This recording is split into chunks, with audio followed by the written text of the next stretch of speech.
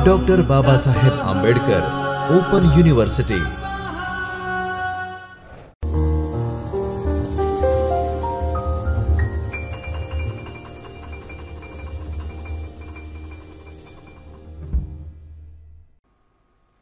નમસ્તે વિદ્યાર્થી મિત્રો, તમારું ફર્સ્ટ યર તમે પાસ કરીને આગળ સેકન્ડ યરમાં અભ્યાસ કરવા માટે પહોંચી ચૂક્યા છો, એટલે તમને ઘણા બધા અભિનંદન।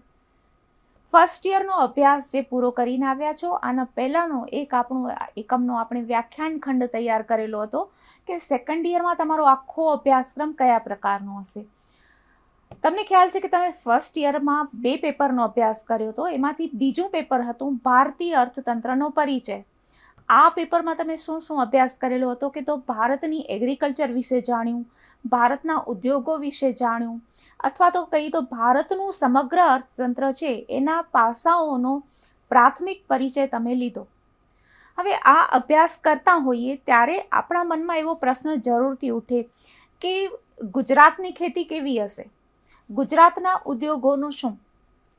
કારણ કે આપણે ગુજરાતી છીએ તો આપણો રસ પણ હોય કે ગુજરાતનો વિકાસ થાય, આપણો એ માટે પણ જાણવાનો રસ હોય કે ધારો કે બીજા બધા રાજ્યો કઈ રીતે વિકાસ કરે છે। એટલે ધારો કે મહારાષ્ટ્ર રાજ્ય હોય, રાજસ્થાન હોય, મધ્યપ્રદેશ હોય કે અન્ય કોઈ પણ રાજ્ય હોય, એ લોકોને પણ શક્ય છે કે ગુજરાતના વિકાસને જાણવામાં, એનું અર્થતંત્રને જાણવામાં કે વિકાસ માટે કયા અવરોધો છે। વિકાસ એટલે આપણે અહીંયા આપણો અભ્યાસક્રમ અર્થશાસ્ત્રને લગતો છે, એટલે આર્થિક વિકાસને લગતી આપણે બાબત કરીશું। તો આ આપણા રાજ્યનો પરિચય મેળવવાનું આખું પેપર તમે અભ્યાસ કરવાના છો દ્વિતીય વર્ષ BAમાં। હવે ઘણી વખત આપણે વાત કરીએ છીએ કે અર્થતંત્રનું મૂળભૂત અસર કરતું હોય એવું પરિબળ કયું? અર્થતંત્ર શું આર્થિક વિકાસ થાય એટલે કે આવક વધવી, આવક કેવી રીતે વધે? તો શિક્ષણ વધવું જોઈએ કે સારા રોડ રસ્તા કનેક્ટિવિટી હોવી જોઈએ કે પછી એગ્રીકલ્ચર સારું હોવું જોઈએ કે પછી ઇન્ડસ્ટ્રી સારી હોવી જોઈએ? તો આ બધું જ આપણે એક પછી એક તબક્કાવાર જોઈએ તો કદાચ એવું લાગે છે કે આ આખા બધા જ પરિબળોનો એમાં પોતપોતાનો ફાળો રહેતો હોય છે। આજે જે આપણે અભ્યાસ કરવાના છીએ એ છે દ્વિતીય વર્ષ BAનું।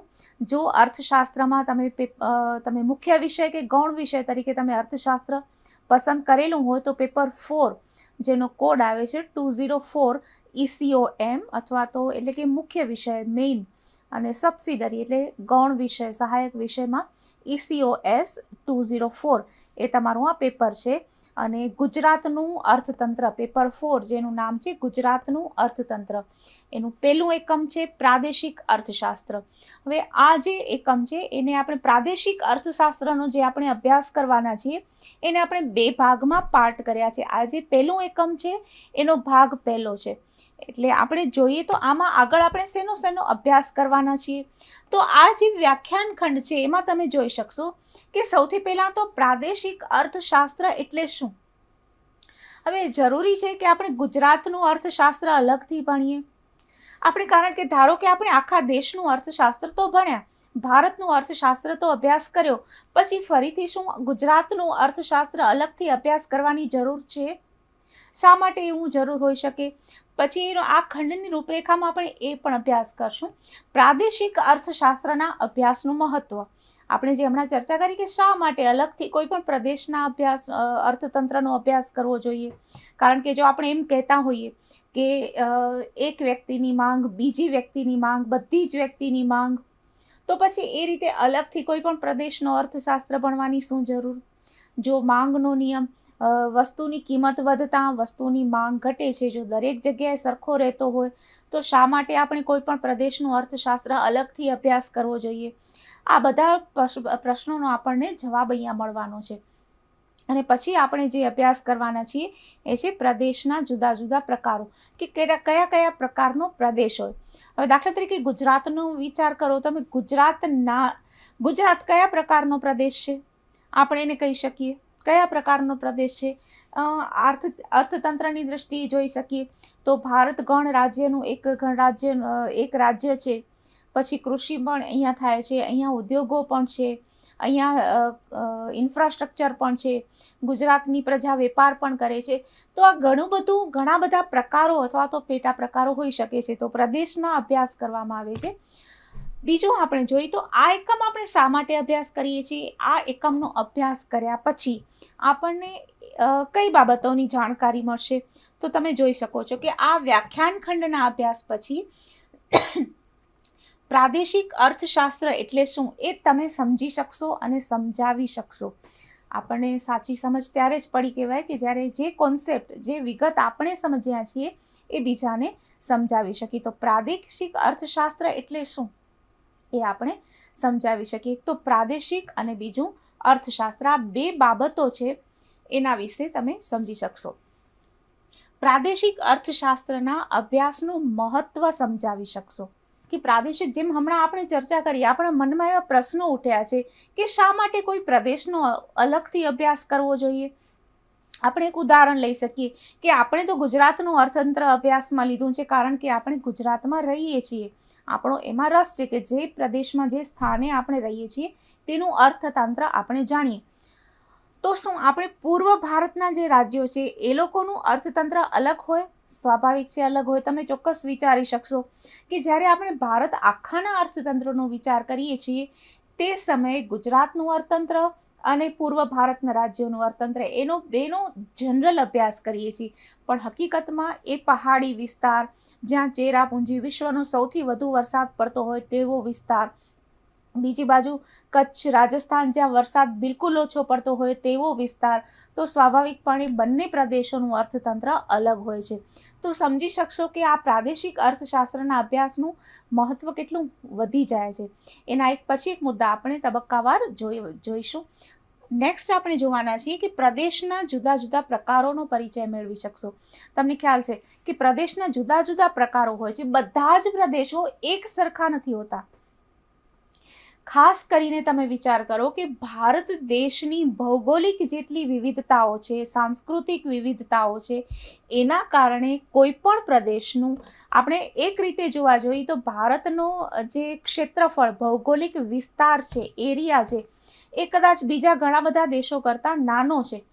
પણ તેમ છતાં તેનામાં એટલી બધી વિવિધતા છે કે એ આખું અર્થતંત્ર એક જ પ્રકારનું નથી. એટલા માટે તો દરેક પ્રદેશ એકબીજાથી અલગ પડે છે અને આપણે એનો અલગથી અભ્યાસ કરવાનો થાય છે. તો પ્રદેશોના જુદા જુદા પ્રકાર પણ આપણે સમજવાના છીએ, જેથી કરીને આપણને ખ્યાલ આવી શકે કે આપણું ગુજરાત કયા પ્રકારનો પ્રદેશ છે.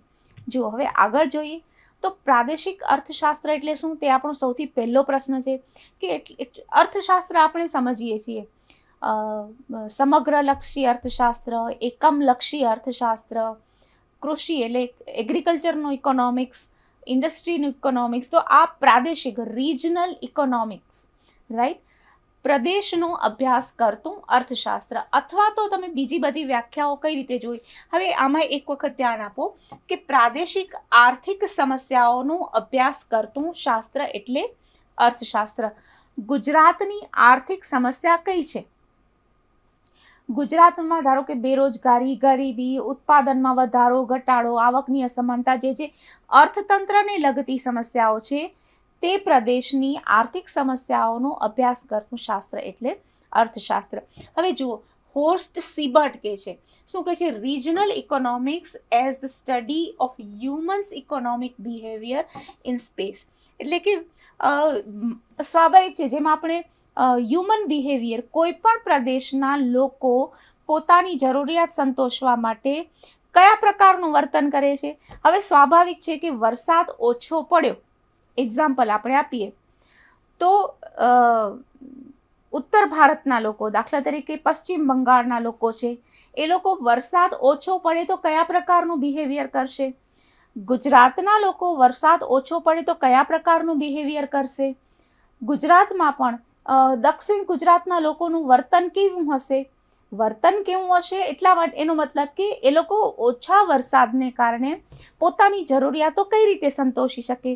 ખોરાકની જરૂરિયાત, પાણીની જરૂરિયાત, રાઈટ, આ બધી જેના આધાર જે કૃષિ પેદાશો ઉપર એગ્રીકલ્ચરનું ઉત્પાદન આધારિત હોય કે આ પાક થાય તો જ આ ઉદ્યોગ થાય, એવા પ્રકારનું હોય તો એવા ઉદ્યોગો કેવી રીતે ચાલે છે. તો આ પ્રકારનું બિહેવિયર ઇકોનોમિક, વાર્તનિક એટલે કે વર્તનનો અભ્યાસ કરતું શાસ્ત્ર છે. જે તે પ્રદેશના લોકોનું બિહેવિયર અલગ હોઈ શકે છે. કોઈ પણ એક પરિસ્થિતિમાં પ્રાદેશિક સાંસ્કૃતિક ભિન્નતાને કારણે લોકોનું વર્તન અલગ હોઈ શકે છે. કે વરસાદ ન પડ્યો તો ખોરાકમાં તે પ્રદેશના લોકોએ કેવો ફેરફાર કર્યો. દાખલા તરીકે મગફળીના ભાવ વધ્યા તો લોકોએ જુદા જુદા પ્રદેશમાં લોકોએ પોતાની ફૂડ હેબિટ્સમાં શું ફેરફાર કર્યો. ઉદાહરણ તરીકે ગુજરાતનું એક ઉદાહરણ આપણે જ લઈએ છીએ તો સિંગ તેલ મુખ્યત્વે ખોરાકમાં ઉપયોગમાં લેવાય છે. હવે ધારો કે મગફળીનો પાક ઓછો થયો તો ત્યાંની પ્રજાએ પોતાની જરૂરિયાત સંતોષવા માટે શું ડિસિઝન લીધો. તો આ રીતે વર્તનમાં ફેરફાર થાય છે. ગુજરાતનું એક પ્રકારનું અર્થશાસ્ત્ર છે. હવે દક્ષિણ ભારતના કેરળના અને રાજ્યો જોઈએ તો મોટા ભાગે ત્યાં કોકોનટ ઓઇલનો યુઝ થાય છે. તો એ લોકોને મગફળીના પાકમાં જો ફેરફાર થાય તો કોઈ ખાસ મોટી અસર થતી નથી. તો આ રીતે બંને પ્રદેશના લોકોનો અભ્યાસ કરવો જરૂરી છે, કારણ કે બંનેનું વર્તન અલગ અલગ છે, બંનેની પરિસ્થિતિ અલગ અલગ છે. જો કે કેટલાક અર્થશાસ્ત્રીઓ, જેમ આપણા મનમાં પ્રશ્ન ઉઠે છે તેવી રીતે બીજા ઘણા અર્થશાસ્ત્રીઓના મનમાં પણ પ્રશ્ન ઉઠે છે. અને એ લોકો એવું પણ જણાવે છે કે આ પ્રાદેશિક અર્થશાસ્ત્ર તરીકે અલગ અભ્યાસ કરવો જરૂરી નથી. શું કહે છે વિનોદ દુબે, હાર્વે સ્ટીફન પેરલોફ પ્રાદેશિક અર્થશાસ્ત્ર તરીકે અલગ અભ્યાસને નકારે છે કે આ રીતે અલગ અભ્યાસ કરવાની જરૂર નથી. પણ તમે આ જ વિચારો, દાખલા તરીકે આપણે જેમ એક્ઝામ્પલ લીધું કે ભારતમાં મગફળીનો પાક ઓછો થયો તો સિંગતેલના ભાવ તો બધી જગ્યાએ આખા ભારતમાં વધશે. તો સિંગતેલના ભાવનો વધારો ગુજરાતમાં શું અસર કરે છે, કેરળમાં શું અસર કરે છે, બંનેનું અસર અલગ હશે. બંનેના પ્રત્યે પ્રજાનું, ગ્રાહકોનું રિએક્શન અલગ હશે. તો આ કારણોસર મગફળીના ભાવ વધ્યા તો ગુજરાતમાં શું અસર થઈ, મગફળીના ભાવ વધ્યા તો કેરળમાં શું અસર થઈ. બરાબર, આ રીતે પ્રદેશોનો ભિન્નતા બંનેની આવે છે. એટલા માટે પ્રાદેશિક અર્થશાસ્ત્ર અલગથી અભ્યાસ કરવાનું થાય છે. આગળ જોઈએ તો પ્રાદેશિક અર્થશાસ્ત્ર એનું એટલે શું. તમને કોઈ પ્રશ્ન તો પૂછશે જ, તમારી પરીક્ષામાં પ્રશ્ન પણ આવશે જ. એટલે શું, તો તમે કઈ રીતે જવાબ લખશો, તો એ સ્ટડી ઓફ પોલિટિકલ ઇકોનોમી. હંમેશા રાજ્યતંત્ર અને અર્થતંત્ર આપણે એકદમ સ્પષ્ટ વિભાજન કરી શકતા નથી, કારણ કે તેમાં અત્યારે કોઈ પણ રાજ્ય સરકાર વગરનું, એટલે કે સરકારની હસ્તક્ષેપ વિનાનું હોતું નથી, કારણ કે પ્રજાના કલ્યાણલક્ષી સરકાર હોય છે. તો પોલિટિકલ ઇકોનોમી એ પ્રાદેશિક અર્થશાસ્ત્ર શું છે, is A political economy studying A region with the use of economic tools and models. અર્થતંત્રના આર્થિક સાધનોનો ઉપયોગ કરીને તે પ્રદેશનો અભ્યાસ કરાય છે. હવે કઈ રીતે, હવે દાખલા તરીકે કોઈ પણ પ્રદેશનો, કોઈ પણ સ્થળનો આપણે અભ્યાસ કરવો હોય તો અર્થશાસ્ત્રના સાધનો કયા, ઇકોનોમીના ટૂલ્સ કયા. જેમ કોઈ પણ એન્જિનિયરના ટૂલ હોય, મિકેનિકના ટૂલ હોય, આ બધા ટૂલ્સ હોય ને, સંસાધનો આપણા જેમ કહીએ કે ટૂલ્સ. તો ઇકોનોમિક્સના ટૂલ્સ કયા, કરવેરા, કિંમત, ફુગાવો, સબસિડી, આર્થિક સહાય, માંગ, પુરવઠો, આ બધાનો દ્વારા આપણે અભ્યાસ કરીએ છીએ. રાઈટ. તો આ બધાના આધારે જે પ્રદેશનું અર્થશાસ્ત્ર, જે પ્રદેશનો અભ્યાસ થાય છે તે છે પ્રાદેશિક અર્થશાસ્ત્ર. કોઈ પણ એક સમસ્યા આવી, ઉદાહરણ તરીકે આપણે અભ્યાસ કર્યો કે વરસાદનું વધારે પડવું અથવા તો વરસાદનું ઓછું પડવું. હવે વરસાદ ઓછો પડ્યો એટલે પહેલી તો સીધી અસર એગ્રીકલ્ચર પર થાય છે. બીજી સીધી અસર લોકોના ઉપયોગ માટે પાણી ઓછું મળે, પીવા માટે, ઘર વપરાશના બીજા બધા ઉપયોગો માટે, ઉદ્યોગો માટે, આ બધા માટે પાણી ઓછું મળે. હવે આ બધી તો અસર, દાખલા તરીકે કોઈ ડૉક્ટર છે જે તબીબ આપણે કહીએ હેલ્થને રિલેટેડ, તો એ પોતાની દ્રષ્ટિએ ઉપયોગ કરશે કે વરસાદ ઓછો પડશે તો લોકો પાણી ઓછું પીશે તો એ લોકોને ડિહાઇડ્રેશન થશે, વગેરે વગેરે વગેરે. રાઈટ. એગ્રીકલ્ચર જે ખેડૂત હશે એ કઈ રીતે અભ્યાસ કરશે કે વરસાદ ઓછો પડ્યો, પાક ઓછો થશે, જમીન સૂકી થશે, પાકને પાણી નહીં મળે તો પાક નહીં ઉગે, વગેરે વગેરે. ઇન્ડસ્ટ્રીમાં પણ જો પાણી ઓછું મળે તો એ લોકો પોતાની રીતે અભ્યાસ કરે છે. હવે આનો ઉપાય શું? અર્થશાસ્ત્રીઓ કઈ રીતે, હવે આ જોઈ તો હવામાનનો પ્રશ્ન છે, વરસાદ ઓછો પડવો, વરસાદ વધુ પડવો, આખો ક્લાઇમેટનો પ્રશ્ન છે, ભૂગોળનો પ્રશ્ન છે. પણ તેનો અર્થશાસ્ત્રની દ્રષ્ટિએ જો આપણે અભ્યાસ કરવો હોય કે દાખલા તરીકે પાણી ઓછું છે, તો અર્થશાસ્ત્રની દ્રષ્ટિએ અર્થશાસ્ત્ર એ સમસ્યાનો કઈ રીતે ઉકેલ લાવશે? સૌથી પહેલાં તો પાણીની કિંમત વધારી દેશે, અથવા તો ખેડૂતો માટે પાણી આપવું હોય તો ઉદ્યોગો માટે પાણીની કિંમત વધારી દેશે, જેથી કરીને પ્રજા પોતાની જાતે જ પાણીનો ઉપયોગ વેડફાટ બંધ કરે, એટલીસ્ટ ઉપયોગ ઓછો ન કરે તો વેડફાટ બંધ કરે. એગ્રીકલ્ચર માટે જો વધારે મહત્ત્વનું હોય પાણી, કારણ કે એના આધારે ખોરાકનું ઉત્પાદન થાય છે, તો ઇલેક્ટ્રિસિટીનો વધારે પુરવઠો આપશે અને વધારે પાણી મેળવી શકે એ રીતે કરશે.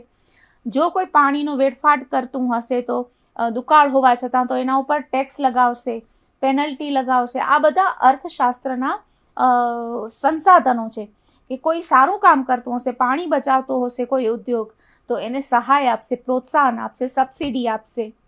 ઓછા પાણીના વપરાશથી જે પણ વસ્તુનું ઉત્પાદન થતું હશે એને પ્રોત્સાહન અપાશે. તો આ બધા આર્થિક સંસાધનો છે, એના આધારે એનો ઉપાય થશે. પછી પાણી, સૌથી પહેલાં તો આપણે એમ કહીએ કે પાણીનું અત્યારે તો આપણા માટે બહુ સામાન્ય બાબત લાગે છે, આપણને બિલકુલ નવાઈ નથી લાગતી. પણ એક સમય એવો હતો કે કોઈ એમ કહે કે પાણી બજારમાં વેચાશે તો બધાને નવાઈ લાગતી, પાણીનું કોઈ દિવસ વેપાર થાય? પાણી તો એટલી વસ્તુ છે કે પાણીનો વેપાર જ ન હોય. એકદમ કેવી પરિસ્થિતિ ખરાબ આવી હશે ત્યારે પાણીનો વેપાર થશે.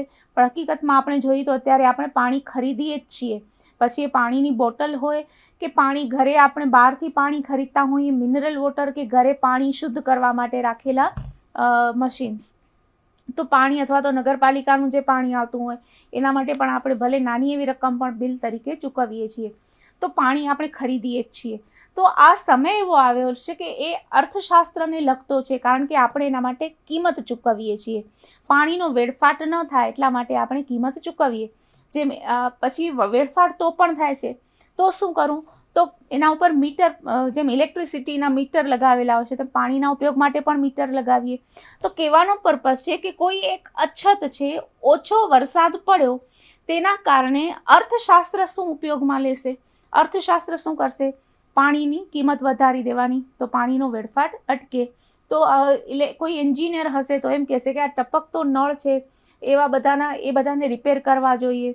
તો કોઈ વરસાદ ઓછો પડ્યો તો કોઈ હવામાન શાસ્ત્રી એમ કહેશે કે આ બધું, દાખલા તરીકે ક્લાઇમેટ ચેન્જ થાય છે એના કારણે વરસાદ ઓછો પડે છે, આપણે વધુ વૃક્ષો વાવીએ તો વરસાદ નિયમિત થાય. તો દરેક લોકો પોતપોતાની રીતે પાણીનો પ્રશ્ન ઉકેલે. તો કહેવાનો પર્પઝ એક છે કે અર્થશાસ્ત્ર કઈ રીતે પાણીનો ઉકેલ લઈ આવે છે, અછતનો ઉપાય લઈ કરે છે, એ આપણે પોતાની અર્થશાસ્ત્રના સંસાધનોની મદદથી સમજતા હોઈએ. પૂર આવે, જેમાં આપણે પાણીનું કહ્યું, ઓછો વરસાદ, તો તેવી રીતે ધારો કે કોઈ બીજી સમસ્યા ઊભી થઈ જાય તો શું કરું? તો કોઈ પણ સમસ્યા હોય, જે તે પ્રદેશની કોઈ પણ સમસ્યા હોય, એને આર્થિક સાધનોની મદદથી ઉકેલવું, આર્થિક સિદ્ધાંતોની મદદથી ઉકેલવું. આર્થિક સિદ્ધાંત શું છે કે વસ્તુની કિંમત વધે તો માંગ ઘટે. હવે વરસાદ ઓછો પડ્યો છે, પાણી ઓછું છે, તો પાણીની કિંમત વધારીએ તો પાણીનું વેડફાટ અટકી જાય. મગફળીનો પાક ઓછો થયો છે તો મગફળીના તેલની કિંમત વધારીએ તો મગફળીની માંગ ઘટી જાય. તો આ રીતે આર્થિક સાધનો, આર્થિક સિદ્ધાંતોના ઉપયોગથી કોઈ પણ પ્રદેશનો અભ્યાસ કરવો એટલે પ્રાદેશિક અર્થશાસ્ત્ર. પ્રાદેશિક અર્થશાસ્ત્ર, હવે એમાં આપણે અર્થશાસ્ત્રમાં કયા કયા શબ્દો તમને યાદ આવતા હોય છે? ધારો કે આપણે અર્થશાસ્ત્રનો અભ્યાસ, હવે તમે ફર્સ્ટ યર તો પાસ કરીને આવેલા છો, હાઈસ્કૂલમાં પણ તમે કદાચ અર્થશાસ્ત્રનો અભ્યાસ કરેલો હશે, તો કયા કયા શબ્દો આવે છે? તો આપણે શબ્દો જોઈએ છીએ કોસ્ટ અને બેનિફિટ, એટલે કે આવક અને ખર્ચ, અથવા તો ખર્ચ અને લાભ. કેટલો ખર્ચ થયો, કેટલો લાભ થયો, કેટલો નફો થયો, નુકસાન થયું, એ બધા વર્ડ્સ આપણા મનમાં હોય છે. પછી ઇનપુટ અને આઉટપુટ એનાલિસિસ, એટલે કેટલું ઉત્પાદન થયું, ઉત્પાદનમાં કેટલા સાધનોનું રોકાણ થયું, આ બધા શબ્દો હોય છે. ડેમોગ્રાફી, એટલે કે વસ્તી, જનસંખ્યા, કેટલી વસ્તી છે, આ બધાનો આપણે અભ્યાસ કરીએ છીએ. ડિમાન્ડ એનાલિસિસ, માંગનો અભ્યાસ કરીએ છીએ કે ત્યાંના લોકો કોઈ પણ વસ્તુની માંગ કેટલી કરે છે. દાખલા તરીકે કાશ્મીરમાં કેટલા સ્વેટરનું વેચાણ થાય, ફોર એક્ઝામ્પલ. હવે એવી રીતે ગુજરાત અને કાશ્મીરનું વિન્ટર વેર માટે અભ્યાસ કરવો હોય તો સ્વાભાવિક છે કે બંનેનો પ્રદેશનો અભ્યાસ અલગ જ હોય. કહેવાનો મતલબ એ છે કે પ્રાદેશિક અર્થશાસ્ત્રના અભ્યાસનું મહત્વ તો છે. આગળ જોઈએ તો પ્રાદેશિક અર્થશાસ્ત્રના અભ્યાસનું મહત્વ આપણે રોબિન્સની વ્યાખ્યાથી સમજીએ. ફર્સ્ટ યરમાં તમે વ્યાખ્યા સમજીને આવ્યા છો તો લાયોનલ રોબિન્સની વ્યાખ્યા યાદ કરો. શું છે લાયોનલ રોબિન્સની વ્યાખ્યા? તો કે માનવ વર્તણૂકનો અભ્યાસ રોબિન્સની વ્યાખ્યામાં આવે છે તો માનવી તેના પ્રાદેશિક વિસ્તારની વિશેષતાઓના સંદર્ભમાં જરૂરિયાતો કેવી રીતે પૂર્ણ કરે છે. ખોરાકની જરૂરિયાતો દરેકને હોય, રાઈટ. તમને ખબર છે એક પ્રકાર તમને કહું કે ગરમ પ્રદેશના લોકોની ખોરાકની આદતો અલગ હોય ને ઠંડા પ્રદેશમાં રહેતા લોકોના ખોરાકની આદત પણ અલગ હોય. તો જે તે પ્રદેશના લોકો પોતાના પ્રદેશની વિશેષતાઓને ધ્યાનમાં રાખીને પોતાની જરૂરિયાતો પૂરી કરે છે. અને કઈ રીતે કરે છે, કઈ જરૂરિયાતો પૂરી કરે છે, એ બધાનો માનવીય વર્તણૂકનો અભ્યાસ કરતું શાસ્ત્ર એટલે પ્રાદેશિક અર્થશાસ્ત્ર. હવે શા માટે આપણે જેમ ચર્ચા કરી કે પ્રાદેશિક અર્થશાસ્ત્રના અભ્યાસનું શું મહત્વ છે એ આપણે જોવાનું છે.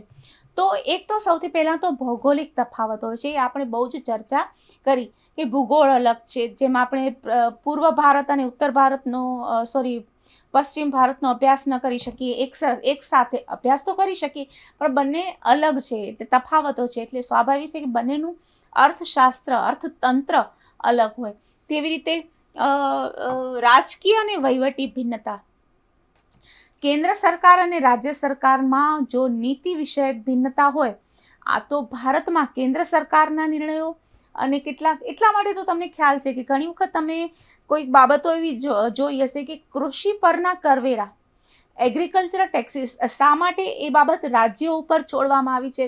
હવે દાખલા તરીકે કેટલીક બાબતો કેન્દ્ર પોતાને હસ્તક રાખે છે, કેટલીક બાબતો રાજ્યને સોંપે છે.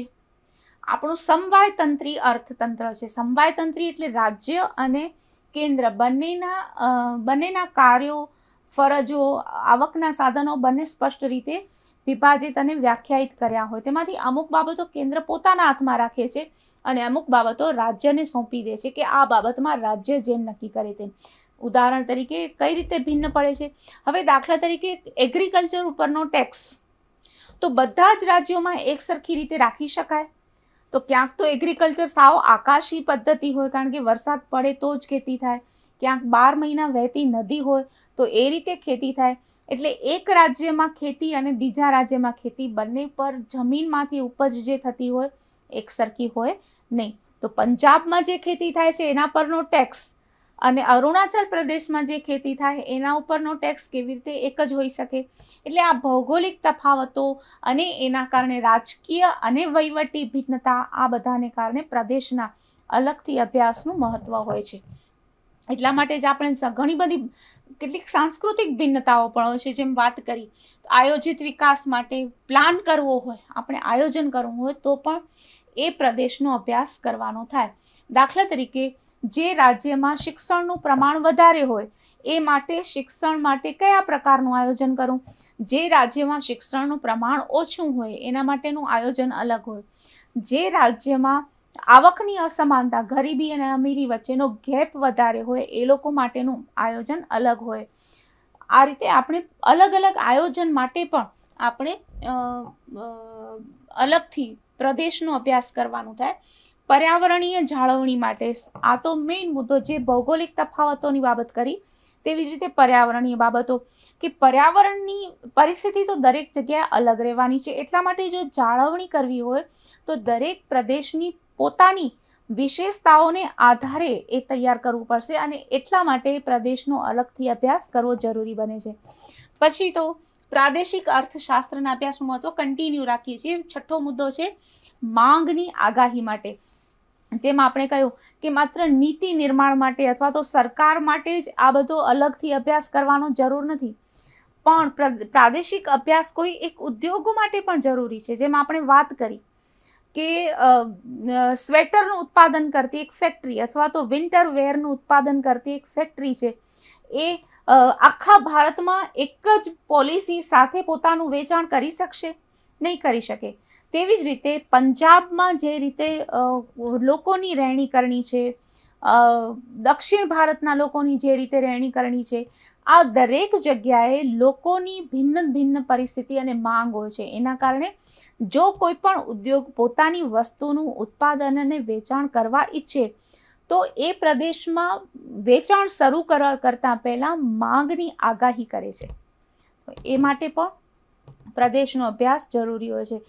માંગની આગાહી માત્ર કોઈ ઉદ્યોગો જ માટે જરૂરી નથી. માંગની આગાહી સરકાર માટે પણ જરૂરી હોય છે. કઈ રીતે? દાખલા તરીકે ગવર્મેન્ટ સ્કૂલ્સ આવતા 5 વર્ષમાં કેટલી ગવર્મેન્ટ સ્કૂલની જરૂર પડવાની છે. ગવર્મેન્ટ સ્કૂલના માનીએ, સિમ્પલ માનીએ કે કેટલી સ્કૂલની જરૂર પડવાની છે.